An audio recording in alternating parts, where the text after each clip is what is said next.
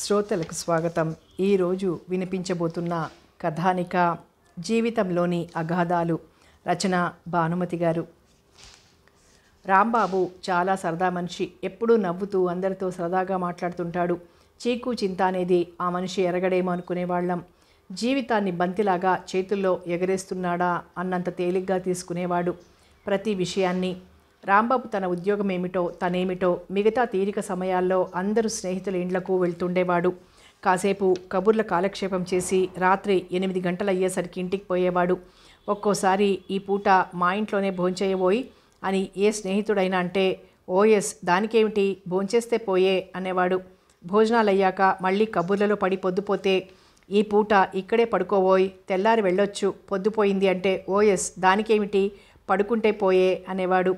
పడుకోవడానికి మంచం వసతి లేక చాప పరుపు వగేరా వేసి రాంబాబు ఏమైనా అనుకుంటాడేమో అని మంచం లేదోయ్ మరి అని ఆ స్నేహితుడు నసిగితే వెంటనే రాంబాబు అబ్బే దానికేమిటోయ్ మనకదంతా ఏం లేదు ఎక్కడైనా ఒకటే ఓ చాపిలా పడేయ్ అని చాపేసుకొని పడుకొని నిద్రపోయేవాడు. మా వారికి ఉన్న కొద్దిమంది స్నేహితుల్లో రాంబాబు ముఖ్యుడు. చిన్నప్పుడు స్కూల్ నుంచి కాలేజీ వరకు కలిసి చదివిన వాళ్ళు ఉద్యోగాలు వెతుక్కోవడంలో విడిపోయారు. తిరిగి నా పెళ్లినాడు పెళ్లి పందిట్లో కలుసుకున్నారు స్నేహితులిద్దరూ. మా మామగారికి చాలా జబ్బుగా ఉండినందువల్ల రాంబాబు పెళ్లికి రాలేకపోయానని మా వారెంతో నొచ్చుకున్నారు. అబ్బే దానికేమిటోయ్ మీ నాన్నకు జబ్బుగా ఉంటే నా పెళ్లికి నువ్వు రాలేదని నేనెట్టా అనుకుంటానోయ్. అబ్బే మనకదంతా ఏం లేదోయ్ మనలో మనకేమిటోయ్ ఫార్మాలిటీస్ అనేశాడు రాంబాబు. రాంబాబు మాట్లాడే పద్ధతి చూస్తే నాలో నేను నవ్వుకున్నాను. ఒక వింత వ్యక్తిలాగా కనిపించాడు. నా పెళ్ళైన కొత్తల్లో ఒకరోజు రాంబాబును మా ఇంటికి భోజనానికి పిలిచారు మా వారు. భోజనాలు అయిన తర్వాత హాల్లో తాంబూలాలు వేసుకుంటూ కూర్చున్నారు స్నేహితులిద్దరూ. వాళ్ళ కబుర్లు వింటూ నేను ఓవైపు కుర్చీలో కూర్చున్నా. నేను చేసిన వంట చాలా బాగా ఉందని మెచ్చుకున్నాడు రాంబాబు. ఇక మీద తరచూ మీ ఇంటికి వచ్చి భోంచేసి పెడుతుంటానులేండి నన్ను ఈ ఊరే బదిలీ చేశారు అన్నాడు రాంబాబు. ఎప్పుడోయ్ నాతో చెప్పనే లేదే అన్నారు మావారు. చెప్పడానికి ఏముందోయ్ మొన్ననే ఆర్డర్ వచ్చింది సర్లే అనుకున్నా అయినా మనకెక్కడైతే ఏమిటోయ్ అన్నట్లు నీ భార్యను ఎప్పుడు పిలుచుకొస్తావోయ్. దానికేమిటి పిలుచుకొస్తే పోయే అన్నాడు రాంబాబు తేలిగ్గా. అది సరేనోయ్ ఎప్పుడు అంట భలే వాడివోయ్ అదేమంత తేలికైన విషయం గనకనా ఇల్లు వాకిలి చూడాలిగా. పోనీ మా ఇంట్లోనే ఒక పక్క భాగం ఖాళీ చేసిస్తాం ఇల్లు దొరికిందాకా ఉండకూడదటోయ్ అన్నారు మా వారు. ఓ దానికేమిటి ఉంటే పోయే అంటాడనుకున్నాను. కానీ రాంబాబు ఓసారి మాట్లాడకుండా ఏదో ఆలోచిస్తూ ఉండిపోయాడు. ఆయన భార్య కూడా వస్తే ఇద్దరం సరదాగా కబుర్లు కాలక్షేపం చేయొచ్చని నేను కూడా అవునండి మీ ఆవిడగారిని త్వరగా తీసుకురండి మా ఇంట్లోనే ఉందురు గాని అన్నాను. అబ్బే దానికేమిటండి ఉంటే పోయే అన్నాడు. ఆ మాట అయితే అన్నాడు కానీ రాంబాబు నిజంగా తన భార్యను తీసుకొచ్చే విషయంలో ఉత్సాహం లేనట్టు కనిపించింది. పెళ్ళే 2 ఏళ్ళైనా ఇంకా పుట్టింట్లోనే ఉంచితే చూసేవారేమనుకుంటారు అన్నారు మా వారు. ఏమనుకుంటే మనకేమిటోయ్ 1,00,000 అనుకుంటారు. అనుకుంటారేమిటి అనుకుంటున్నారు నేను పెళ్ళాన్ని వదిలేశానని కొందరు. దానికి మనమేం చేస్తాం ఎవడి కష్టసుఖాలు వాడివి. అది సరేనోయ్ మరి ఆవిడ్ని త్వరగా పిలిపించకపోతే ఎన్నాళ్ళు హోటల్ తిండి తింటావు. అబ్బే మనకదంతా ఏం లేదులే ఎన్నాళ్ళైనా తింటా. అయినా ఎవడు పడతాడోయ్ ఆ అవస్థలన్నీ. పొద్దున లేచినప్పటి నుంచి అది లేదు ఇది లేదు అని ఎవడు పరిగెత్తుతాడోయ్. అదంతా మనకు కుదిరే పని కాదు. రాంబాబు మాటలకి మా వారు నేను ఇద్దరం పక్కున నవ్వేశాం. భలే వాడివోయ్ మరి సంసారం అన్న తర్వాత చెయ్యాలిగా అన్ని పనులు. అదంతా మనకు కుదిరే పని కాదులే చూద్దాం కొన్నాళ్ళు పోయాక పిలుచుకొస్తే పోయే. పిల్లవాడికి ఇంకా 6 నెలలు కూడా కాలేదుగా అన్నాడు రాంబాబు. పిల్లవాడా ఏమిటి నువ్వు తండ్రివయ్యనావన్న మాట నాకు చెప్పనే లేదేమిటోయ్ అన్నారు మా వారు ఆశ్చర్యపోతూ. నాకు ఆశ్చర్యమైంది రాంబాబు విచిత్ర ప్రకృతికి. ప్రతిదీ అంత తేలిగ్గా తీసుకోవడం అతని స్వభావమేనా మరి ఇంత అన్యాయమా అనిపించింది. అదేమంత పెద్ద విషయం గనక పిల్లాడు పుట్టప్పుడే 4 నెలలైందనుకుంటా. మరి బారసాలకు నువ్వు వెళ్ళవా. అబ్బే మనకదంతా పనికిరాదు బారసాలేమిటోయ్ డబ్బు దండగ వ్యవహారం. అది కాదోయ్ మరి పిల్లవాడికి పేరు పెట్టాలిగా. నువ్వు ఇంత పిసినారి వాడివైతే ఎట్లా బారసాల చేసి కదా పేరు పెడతారు. సింగినాదం పేరు పెట్టడానికి డబ్బు ఖర్చు ఎందుకోయ్. అయినా పేరు పెట్టి పిలిస్తే అప్పుడు పుట్టిన పిల్లాడికి తెలుస్తుందా ఏమన్నానా.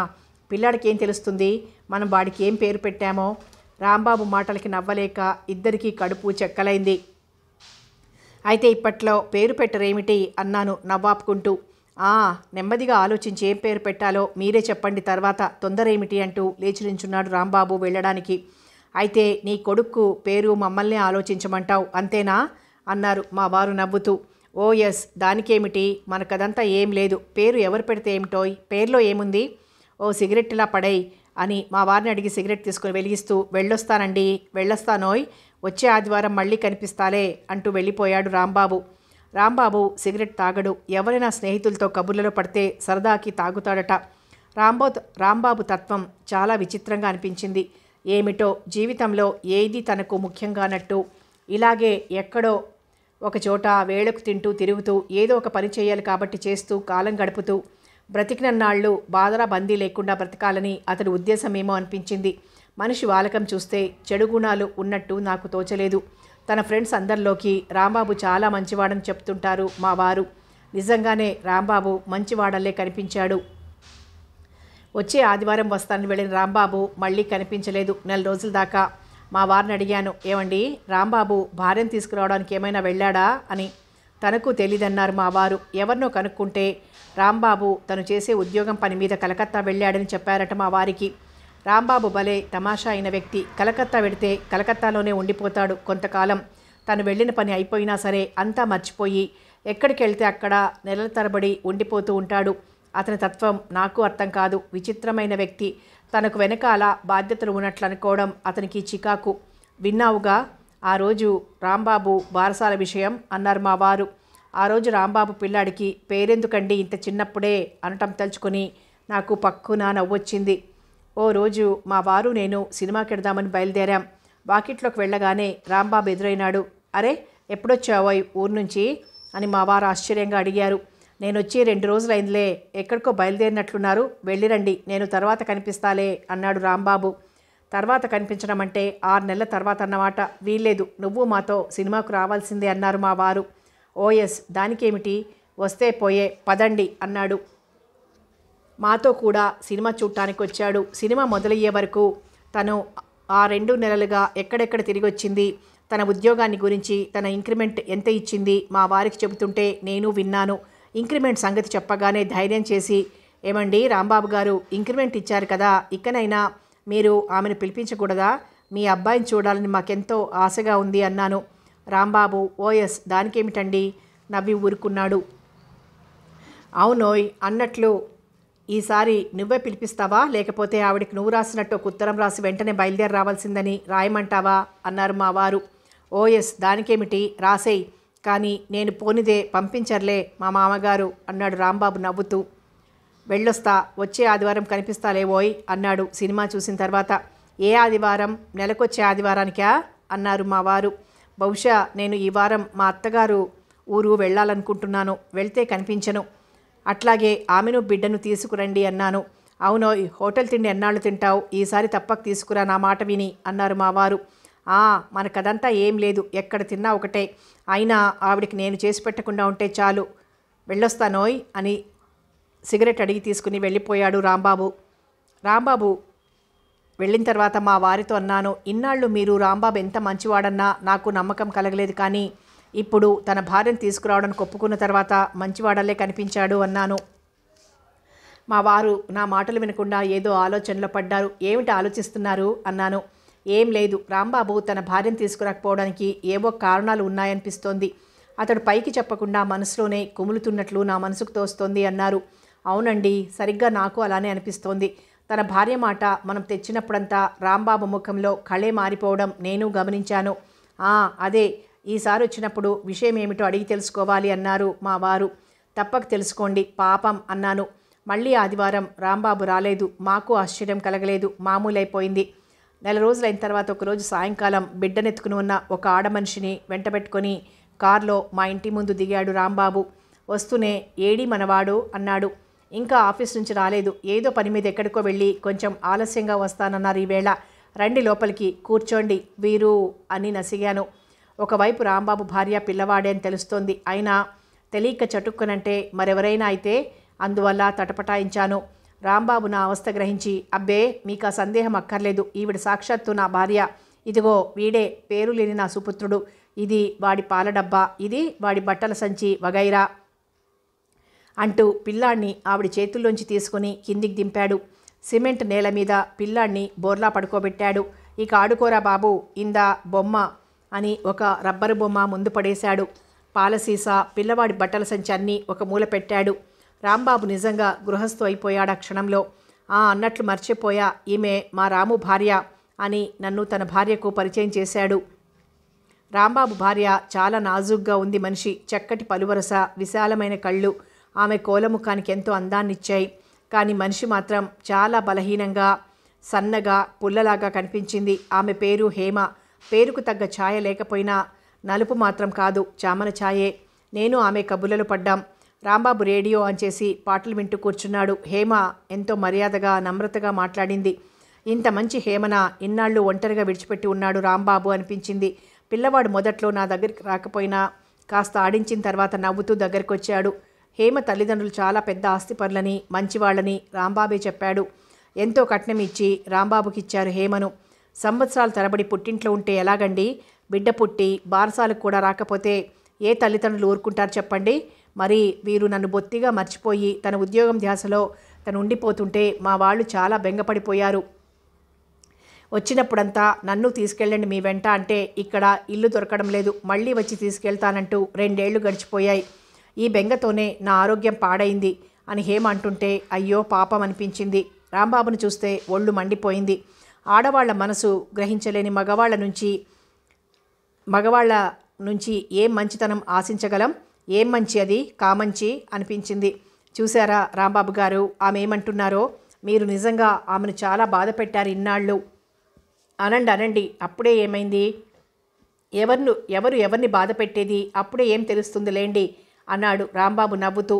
నాకు ఆశ్చర్యమైంది. రాంబాబు దూరంగా వెళ్ళి ఓ మూల రేడియో తిప్పుతూ కూర్చుంటే ఒకవైపు పిల్లవాడు, మరొక వైపు భార్య తనతో వచ్చారనే విషయమే కాసేపు మర్చిపోయాడా అనిపించింది. ఒక పార్సెల్ను తీసుకొచ్చి పడేసినట్లు భార్యను, పిల్లవాడిని నా ముందొదిలేసి తనకేం సంబంధం లేనట్లు హాయిగా రేడియో పెట్టుకుంటూ కూర్చున్నాడు రాంబాబు. మా వారు అలా ప్రవర్తిస్తే నిజంగా నాకు కోపం వచ్చుండేదే. కానీ హేమ కూడా రాంబాబుకు తగ్గ ఇల్లాలే. రాంబాబు తత్వం కాచి వడబోసినట్లు అతడి ప్రవర్తనకి ఏమాత్రం బాధపడకపోగా, ఆయన అంతేనండి, ఇల్లు వాకిలి ఏమీ అవసరం లేని మనిషి, ఎక్కడికెడితే అక్కడే ఉండిపోతారు, మళ్ళీ ఎవరన్నా వెళ్ళి రావాల్సిందే అంటూ నవ్వడం మొదలుపెట్టింది హేమ. నాకు నవ్వొచ్చింది రాంబాబును చూస్తే. ఎక్కువగా నవ్వకు హేమ, నవ్వు 4 విధాల నష్టం అంటారు, నాకు మరీ నష్టం ప్లస్ కష్టం అన్నాడు రాంబాబు రేడియో దగ్గర నుండి లేచి. హేమ చురున చూసింది రాంబాబు వైపు. రాంబాబు నవ్వుతూ అబ్బే ఊరికే అన్నానులే, నవ్వు కానీ కొద్దిగా నవ్వు అన్నాడు. హేమకి ఎక్కడ కోపం వస్తుందో అని. చూశారా ఆయన మాటలు అంది నవ్వుతూ. నేనేమైనా అనుకుంటానని హేమ. రేడియో ఆఫ్ చేసి మరి వెళ్దామా? రాము రావడానికి ఆలస్యం అయ్యేట్టుంది, వెళ్ళొస్తామండి మరి అన్నాడు రాంబాబు. అదేమిటండి ఇంతసేపు కూర్చుని తీరా ఆయన వచ్చే వేళకు వెళ్ళిపోతానంటారు? రాకరాకొచ్చారు, ఈ పూట మా ఇంట్లో భోంచేసి వెళ్ళండి. ఏమండి వదిన గారు అన్నాను హేమ వైపు తిరిగి. ఒళ్ళో పిల్లవాడు నిద్రపోయాడు. అలాగే అంది నవ్వుతూ. ఓఎస్, మనకదంతా ఏం లేదు, ఎక్కడైనా ఒకటే, భోంచేస్తే పోతాం. కానీ మీకు అనవసరంగా శ్రమ, మనకప్పుడు ఎప్పుడైనా వస్తాం. బాగుంది, వంట చేయడం ఆడవాళ్లకు శ్రమ అయితే ఇంకా ఆ ఉద్యోగం సులభం అన్నట్లు వారు కూడా వచ్చి వదిన గారిని పిల్లవాడిని చూడొద్దు పాపం అన్నాను. అలాగే అన్నయ్య గారు వచ్చిందాకా ఉంటాంలేండి అంది హేమ. ఉండడమేమిటి, భోంచేసే ఏకంగా వెళ్ళొచ్చంటూ ఇప్పుడే వస్తా వదిన గారు, బిడ్డని ఆ సోఫాలో పడుకోబెట్టండి వంటింట్లోకి దారి తీశాను. అప్పటికే ఆలస్యమైంది. వంట చప్పున చేసేయాలి. వాళ్లతో మాట్లాడడానికి వారు త్వరగా వస్తే బాగుండును అనిపించింది. హేమ కోసం ఆంధ్రప్రభ, ఫిలింఫేర్ వెతికి తెచ్చి ముందు పడేశా. మా కోసం ఈ వేళప్పుడు శ్రమ పడుతున్నారని నాకు బాధగా ఉంది అన్నది హేమ. పర్వాలేదండి, ఈలోగా వారు వస్తారుగా, మిమ్మల్ని రాలేదే అని మేమిద్దరం పలవరించాం. బహుశా రాంబాబు అన్నయ్య గారు మా ఇద్దరి గోలా భరించలేకనే మిమ్మల్ని తీసుకొచ్చాడేమో అన్నాను నవ్వుతూ. కరెక్ట్ అండి అన్నాడు రాంబాబు రేడియో వైపు తిరిగి నవ్వుతూ. ఇంకా రేడియో తిప్పుతూనే ఉన్నాడు. హేమ పత్రికలు చూస్తుంటే నేను మళ్ళీ వంటింట్లోకి వెళ్ళా. హాల్లో బూట్ల చెప్పుడు విని మా వారు వచ్చారనుకున్నాను. నీ ఫ్యామిలీని ఎప్పుడు తీసుకొచ్చావాయ్? ఏమ్మా బాగున్నారా? అరే జూనియర్ రాంబాబు నిద్రపోయాడా అన్న మా వారి మాటలు విని ప్రాణం కుదుటపడ్డది. వాళ్లతో పిచ్చాపాటి మాట్లాడుతూ ఉండటానికి ఆయన వచ్చారు కదా అని. హాల్లో వాళ్ళు మాట్లాడుకుంటూ ఉండగానే నా వంటంతా అయిపోయింది. హేమకు ఏ కూర ఇష్టమో తెలియక 2 వేపుళ్ళు, పప్పు, పులుసు, చారు చేసి పచ్చడి నూరడానికి వ్యవధి చాలదని ఊరగాయలు తీసిపెట్టి భోజనాలు హాల్లో వడ్డించడానికి అన్నీ సిద్ధం చేసి హాల్లోకి వెళ్ళాను తడి చెయ్యి తుడుచుకుంటూ. హేమ కళ్ళు మూసుకుని కుర్చీలో చేరగిలబడి ఉంది. పక్కనే రాంబాబు నించుని ఉన్నాడు. వాళ్ళకెదురుగా మా వారు క్వశ్చన్ మార్క్ లాగా నిలబడ్డాడు. నేను వంటింట్లోనే ఉండటం వల్ల హేమకు కోపం వచ్చిందేమో అనుకున్నాను మనసులో. దగ్గరికి వెళ్ళగానే మా వారు అరవకు, హేమకు ఫిట్ వచ్చింది అన్నారు రహస్యంగా నా చెవిలో. మా వారంత రహస్యంగా నా చెవిలో చెబుతుంటే రాంబాబు బిగ్గరగా నవ్వుతూ, అబ్బే అదంతా ఏం లేదండి, గట్టిగానే మాట్లాడొచ్చు అన్నాడు. నేను ఎంతో సరదాగా అంతా కలిసి భోంచేయొచ్చు కదా అని ఎంతో ఉత్సాహంతో త్వరగా వంట పూర్తి చేసొస్తే నా ఉత్సాహం అంతా మాయమైపోయింది. హేమను చూస్తే అదో విధంగా ముఖం కందగడ్డలా జేవురించి కళ్ళు చింతనిప్పుల్లా తీక్షణంగా తయారైపోయాయి. నేను కంగారు పడుతూ హేమ దగ్గరగా వెళ్ళాను. దగ్గరికి పోగానే నా వైపు తిప్పింది చూపు. కాసేపటికి ముందు కళకళలాడిన ముఖము, కళ్ళు అంత తీక్షణ రూపం దాల్చాయి. అయినా కళ్ళు తెరుచుకుని అందరినీ చూస్తోంది. కానీ ఆ చూపులో జీవం లేదు. ఎక్కడో శూన్యంలో చూస్తున్నట్లుందా చూపు. నా కంగారు చూసి రాంబాబు నవ్వుతూనే ఉన్నాడు. మా వారు రాంబాబును చివాట్లు పెట్టారు, నవ్వడానికి అది సమయం కాదని. కానీ రాంబాబుకు ఆవిడ ఫిట్స్ అలవాటైపోయాయి. అందుకే ఏ క్షణంలో ఆవిడ ఏమడిగితే దానికి జవాబు సిద్ధంగా ఇస్తున్నాడా అనిపించింది. ఎన్నాళ్ల నుండి వస్తున్నాయండి ఈ ఫిట్స్ అన్నాను రాంబాబు వైపు తిరిగి. మెల్లగా, ఆవిడ ఎదుటి అడిగితే ఆవిడికి తెలుస్తుంది అన్నారు మా వారు. అబ్బే అదంతా ఏం లేదోయ్, మనం ఏం మాట్లాడినా తనకిప్పుడు తెలీదు, ఒక్క మాట తప్ప అన్నాడు రాంబాబు నవ్వుతూ. ఏం మాట అండి అది అన్నాను. క్రాక్ అనకూడదు. ఆ మాట రాంబాబు ఇంకా పూర్తి చెయ్యనే లేదు. హేమ కళ్ళు తెరిచి రాంబాబు వైపు తీక్షణంగా చూస్తూ ఎవరు క్రాక్ అన్నది. అబ్బే నువ్వు కాదులే, ఇదిగో మా వాడొట్టి క్రాక్, నిన్ను కాదులే అన్నాడు రాంబాబు. అయినా హేమ కళ్ళల్లో తీక్షణం తగ్గల. రాంబాబు షర్టు కాలర్ ఒక చేత్తో గట్టిగా పట్టుకొని మరొక చేయి తలకు చేర్చి కళ్ళు మూసుకుంది మాట్లాడకుండా. పాపం రాంబాబు షర్టు హేమ చేతుల్లో ఉండడం వల్ల బంధించినట్లు హేమ పక్కనే కూలబడ్డాడు. మా ఇద్దరికీ అయోమయంగా కనిపించింది హేమ స్థితి. రాంబాబు మాత్రం నవ్వుతూనే ఉన్నాడు మమ్మల్ని చూసి. అయితే ఈ విధంగా ఫిట్స్ వస్తుంటే నువ్వు వైద్యం గీద్యం చేయించకుండా మాట్లాడక ఊరుకున్నావటోయ్ అన్నారు మా వారు. భలే వాడిపోయి ఊరుకోవడమేమిటి, వాళ్ళ నాన్న అన్ని వైద్యాలు చేయించాడు, అందుకే ఇన్నాళ్ళు వాళ్ళ పుట్టింట్లోనే వదిలిపెట్టాను, మీరు నన్ను అపార్థం చేసుకున్నారు అనవసరంగా అన్నాడు రాంబాబు నవ్వుతూ. అప్పుడు మాకు అర్థమైంది రాంబాబు ఎందుకంత ముభావంగా ఉండేవాడో భార్యను పిలుచుకొచ్చే విషయంలో. అయితే ఎన్నాళ్ళ నుండి వస్తున్నాయి ఈ ఫిట్సు అన్నాను మళ్ళీ. అబ్బే ఎవడికి జ్ఞాపకమండి, ఎప్పుడో ఒకరోజు నేను క్యాంపుకి తీసుకెళ్లాను పెళ్ళైన కొత్తల్లో. అర్ధరాత్రి వేళ నిద్రపోయే మనిషి కెవ్వున కేక పెట్టింది. లేచి చూస్తే జుట్టు పీక్కోవడం మొదలుపెట్టింది. ఇదేమిట్రా బాబు అనుకున్నాను. ఆ తర్వాత వాళ్ళూరు తీసుకెళ్ళి డాక్టర్కి చూపిస్తే అతనికి అర్థం కాలేదు. ఏమిటో మరి నాకు ఈ విషయాన్ని గురించి బాధపడటంతో బుర్ర మొద్దుబారిపోయింది. ఒక్కోసారి ఫిట్స్ వస్తే వారం రోజులుంటుంది, అలాగే ఫిట్స్లోనే ఉండిపోతుంది. అయితే మరి భోజనం అన్నాను ఆశ్చర్యంగా. ఓఎస్ అదంతా మామూలే. మామూలు కాకపోయినా నేను పక్క నుండి బ్రతిమలాడి తినిపిస్తే తింటుంది, లేకపోతే వాళ్ళింట్లో వాళ్ళమ్మ ఉండి తినిపించాలి. అదంతా చాలా గొడవలేబోయ్. పాపం మీకు అనవసరంగా ఈ పూట ట్రబుల్ ఇచ్చాను అన్నాడు రాంబాబు. చచ అదేమిటో ఎలా అంటావు, నీ ట్రబులు నా ట్రబులు కాదు. నువ్వు ఇంత కష్టపడుతున్నావంటే మాకు నిజంగా మీ ఇద్దరిని చూసి మనసు బాధపడిపోతోందన్నారు మా వారు. అబ్బే మనకదంతా ఏం లేదు, బాధపడటం అంతా మానేశాను. ఫిట్స్లో తనకేం కావాలో అది ఇవ్వడం, తనేమడిగితే దానికి తూకంగా జవాబులు చెప్పడం బాగా ప్రాక్టీస్ చేశాను ఇన్నాళ్ళు. కొన్ని తనకి పనికిరానివి మనం మాట్లాడకూడదు, చెప్పకూడదు. అట్లా చెప్పామో చచ్చామే. ఒకసారి ఏదో మాట్లాడుతూ ఒట్టి క్రాక్ అన్నాను. నా చెంప చెళ్ళుమన్నది. అని రాంబాబు పూర్తి చేశాడో లేదో హేమ కళ్ళు తెరిచి రాంబాబు వైపు తీక్షణంగా చూసి ఎవరు క్రాక్ అన్నది. చెంప జాగ్రత్తగా పట్టుకొని అబ్బే నిన్ను కాదు, అదుగో వాళ్ళిద్దరూ క్రాక్స్ అన్నాడు మమ్మల్ని చూపించి. మాకంత విచారంలోనూ నవ్వొచ్చింది రాంబాబు అవస్థకు. హేమ మా వైపు చూసి ఎవరు మీరు అన్నది. నేను అలాగే కొయ్యబారిపోయా. నాకేమో హేమ మీద దయ్యం కూర్చుని అడుగుతున్నట్లు అనిపించింది. వాళ్ళు మనవాళ్లే, చూడు హేమ కాస్త భోంచేస్తావా అన్నాడు రాంబాబు. హేమ నాకొద్దు.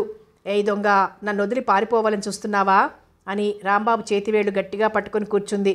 అబ్బే నేను నీతో కూడానే ఉంటాను, నేను నీకు అన్నం తినిపిస్తాను, లే నువ్వు మంచిదానివి కదూ హేమ, నువ్వు బంగారు లాంటి దానివి, లే అదిగో వాళ్ళు కాచు కూర్చున్నారు, మనం రాకపోతే వాళ్ళు భోంచెయ్యరు నువ్వు మంచిదానివి, లే, నేను నీ దగ్గరే ఉంటాను, ఎక్కడికి పోను అని రాంబాబు హేమను బుజ్జగించి లేవదీస్తుంటే నాకు ఆశ్చర్యమైంది, రాంబాబేనా అని. హేమను రాంబాబు చెప్పిన మాటల్లో నువ్వు మంచిదానివి అనేది నచ్చింది. కాస్త లేచింది. నేను వడ్డించడానికి బయలుదేరాను. ఈలోగా కుర్రాడు క్యారుమంటూ ఏడుపు మొదలుపెట్టాడు.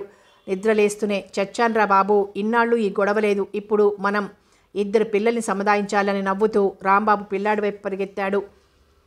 పిల్లాడిని నా చేతికివ్వండి అంటూ పిల్లవాడిని ఎత్తుకున్నాను. రాంబాబు సంచిలోంచి పాలసీసా, ఫ్లాస్కు, గ్లాసు వగైరా సామాగ్రి బయటకు తీసి పాలు కలిపి పాల సీసాలో పోసి నా చేతుల్లోంచి పిల్లవాడిని తీసుకుని సోఫాలో పడుకోబెట్టి తను పాలు పట్టించడం మొదలెట్టాడు. హేమ కళ్ళు తెరిచి రాంబాబు తన పక్కన లేకపోవడం చూసి, ఏయ్ దొంగ, నన్ను ఒంటరిగా విడిచిపెట్టి వెళ్ళిపోయావా? చూడండి, ఎప్పుడు ఇంతే, పోయినసారి ఫిట్స్ వచ్చినప్పుడు కూడా నన్ను వదిలిపెట్టి వెళ్ళిపోయాడు చూడండి అని ఎదురుగా నుంచునున్న మా వారితో కంప్లైంట్ చేసింది హేమ. అవునమ్మా, మా వాడలా నిన్ను విడిచిపెట్టి వెళ్ళబట్టే నువ్విలా బాధపడుతున్నావు ఈరోజు అన్నారు మా వారు. దానికి రాంబాబు నవ్వి, భలే వాడివిలే, ఇదొక నింద నా పైన, ఆ వాగుడంతా నువ్వు వింట మొదలు పెడితే తెలివిగా మాట్లాడుతుందనుకుంటావు, అదంతేలే. మరి పోయినసారి ఫిట్స్ వచ్చినప్పుడు అంటోందే, ఇప్పుడు తను ఫిట్స్లో ఉందని తెలుసా అని అడిగారు మా వారు. అబ్బే, అదంతా ఫిట్స్లో భాషే, ఫిట్స్ వచ్చిపోయాక తెలుస్తుంది తనకు వచ్చిందని అన్నాడు పాలు పట్టించడం పూర్తి చేసి. మరి నెమ్మదిగా భోజనానికి తీసుకురండి రాంబాబు గారు అన్నాను, చేసిందంతా చల్లారిపోతుంది అన్న బాధతో.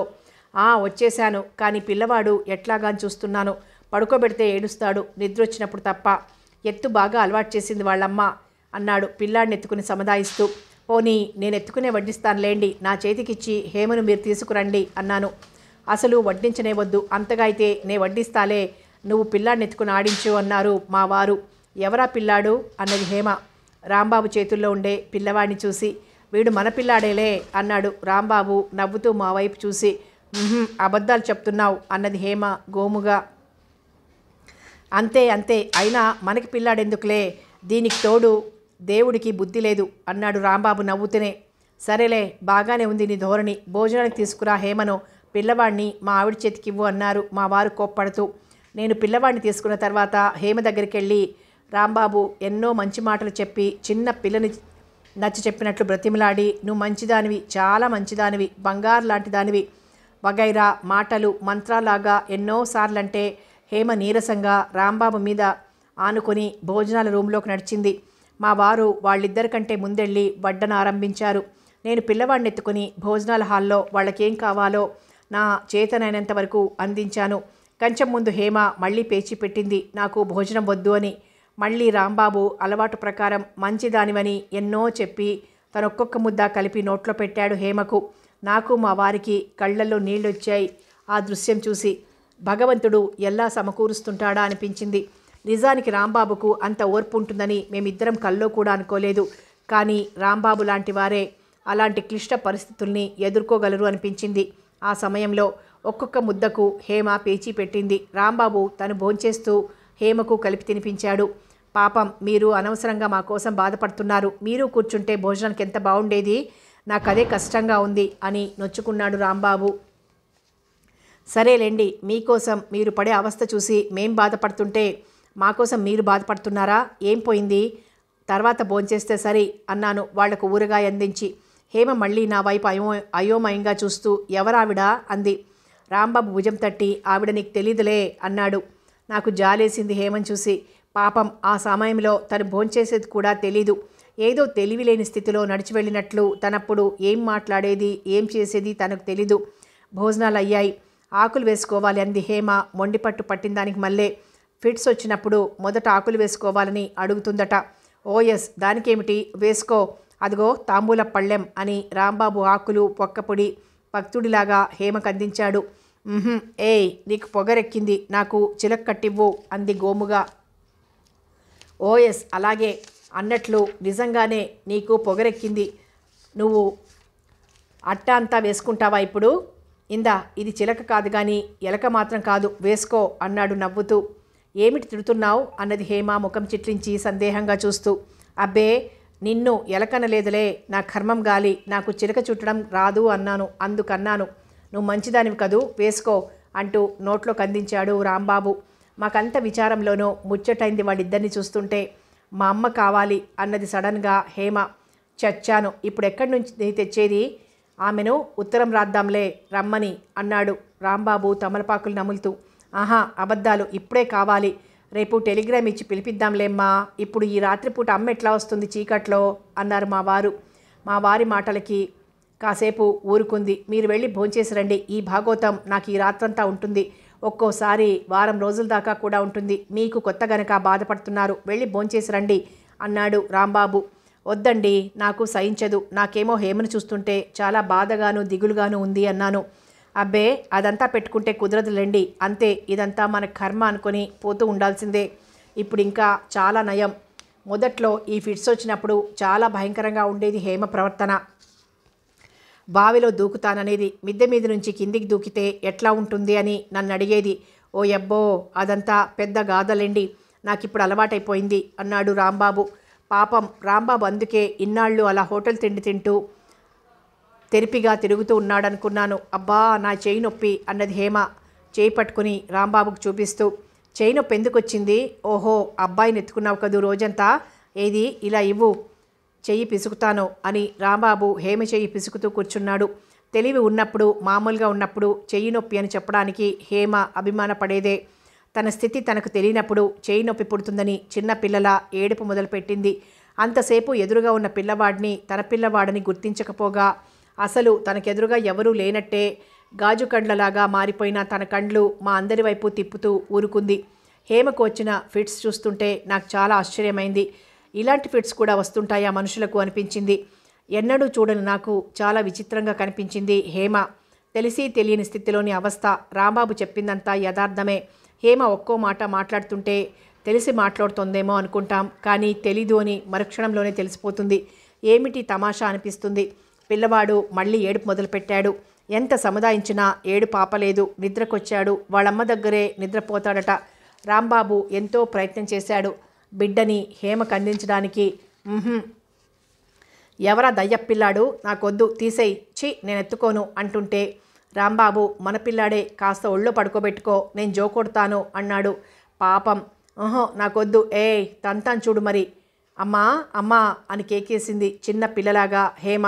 ఇందుకేనండి బాబు నేను ఇన్నాళ్ళు వాళ్ళమ్మ దగ్గరే ఉంచాను అన్నాడు రాంబాబు బాధగా నవ్వుతూ. పోనీలేవోయ్, మేమంతా లేము అన్నారు మా వారు.